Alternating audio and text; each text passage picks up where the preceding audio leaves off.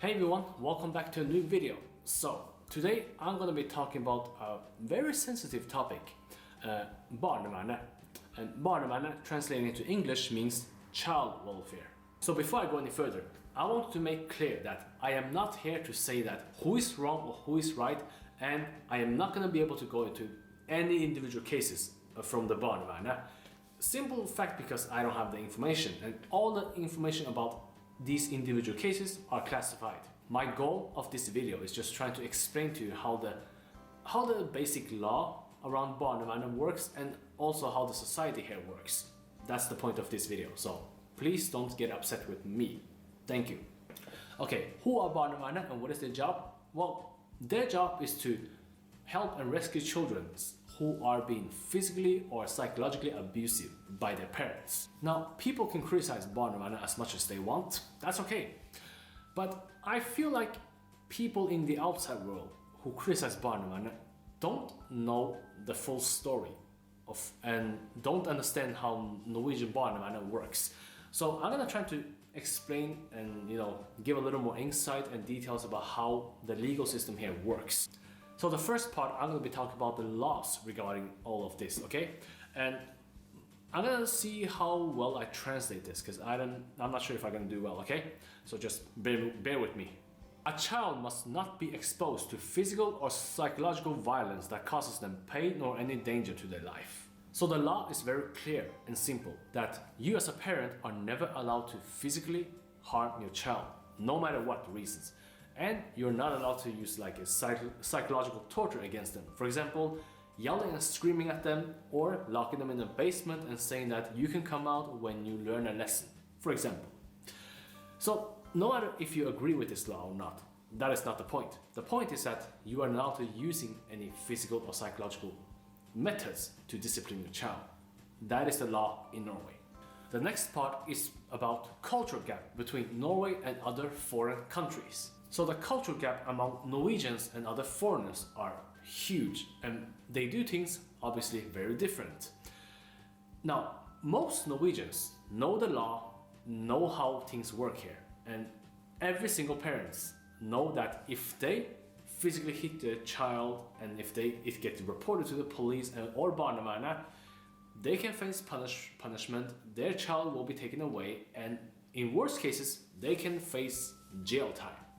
Now, of course, I'm not saying that Norwegian parents don't hit their child, but it's not common, it's not part of the Norwegian culture here to raise the child with violence. This is where the cultural gap comes in, because a lot of non-ethnic Norwegians, especially from non-Western countries like Eastern European countries, Asia, Middle East, or Africa, a lot of the cultures there, when it comes to raising child, it's very common for families to stick together, and there's a lot of respect among children and the parents, and it's very common for them to physically hit their child because they see as a part of a discipline and it's necessary. The problem here is that when they bring that mentality to Norway with their children, like if they started hitting their children here, they think it's normal, and they don't understand the law, they don't understand the language, and there's a lot of a different way of thinking, obviously, and they act very shocked when somebody telling them that, hey, you are not allowed to hit your child here, and they getting kind of insulted because, well, why do you intervene with my family problem? This is between me and my child. I'm raising my kid. Who are you to intervene? That's not very common for them to hear, like, you are not allowed to hit your child.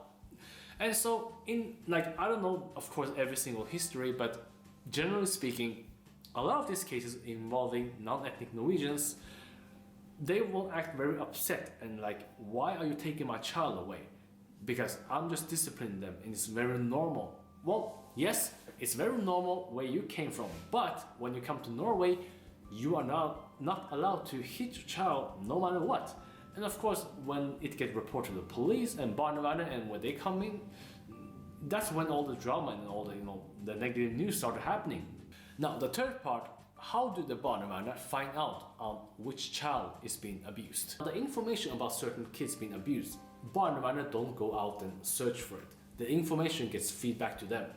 For example, in the kindergarten or in school when kids are very young age or even a little older, that's when a lot of the people who work there have something called meldeplikt.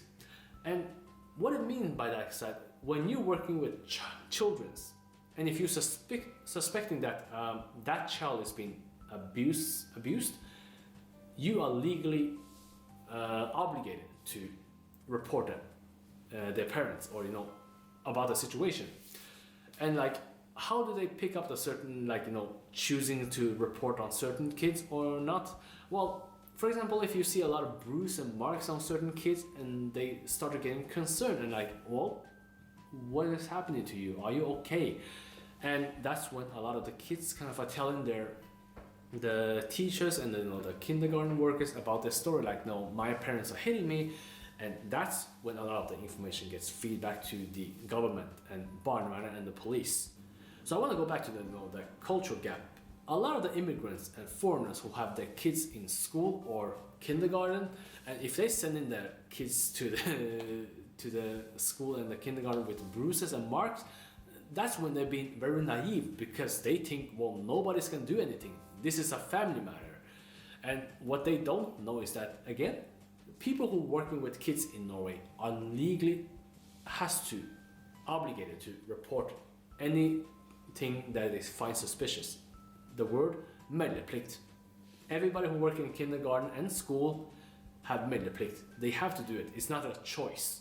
And if you see a child with a lot of bruises and you don't say anything and being quiet about it, and later on, let's say if that child died in one of the households, and the authority find out, well, you knew about this and you had a suspicion and you didn't do anything, the kindergarten or that person who should have said something can, in few cases, face legal consequences. And the Norwegian law and the culture here is not that meldeplikt is not just a part of the law that you have to do it, but they also see it as an ethical and moral standpoint. So the last part is criticism against Barnevernet.